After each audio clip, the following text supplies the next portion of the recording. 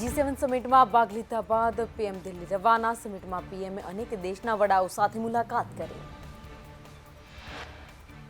યુક્રેનના રાષ્ટ્રપતિ ઝેલેન્સ્કી અને વડાપ્રધાન મોદી વચ્ચે ઇટલીમાં દ્વિપક્ષીય બેઠક. પીએમ મોદીએ કહ્યું, કોઈ પણ વિવાદનું સમાધાન કૂટનીતિ અને વાતચીતથી લાવવું જોઈએ.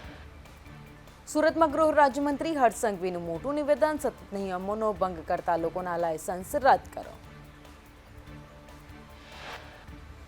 વડોદરાના તરસાલીમાં સ્થાનિકો અને કોર્પોરેશન અધિકારીઓ વચ્ચે ઘર્ષણ. હાઉસિંગ બોર્ડના મકાનો ખાલી કરાવવા માટે નોટિસ આપી હતી.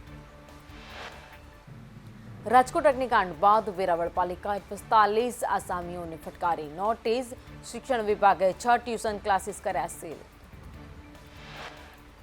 અમદાવાદ શહેરમાં રાત્રે અનેક વિસ્તારમાં વરસાદ વરસ્યો. વસ્ત્રાપુર એસજી હાઈવે સહિતના વિસ્તારમાં વરસાદ.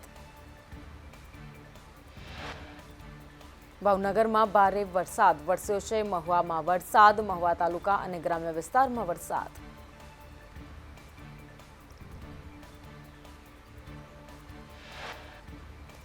અમદાવાદમાં ભયજનક મકાનના સર્વેની કામગીરી પૂર્ણ. રથયાત્રાને લઈ કરાયો સર્વે. 362 મકાન ભયજનક.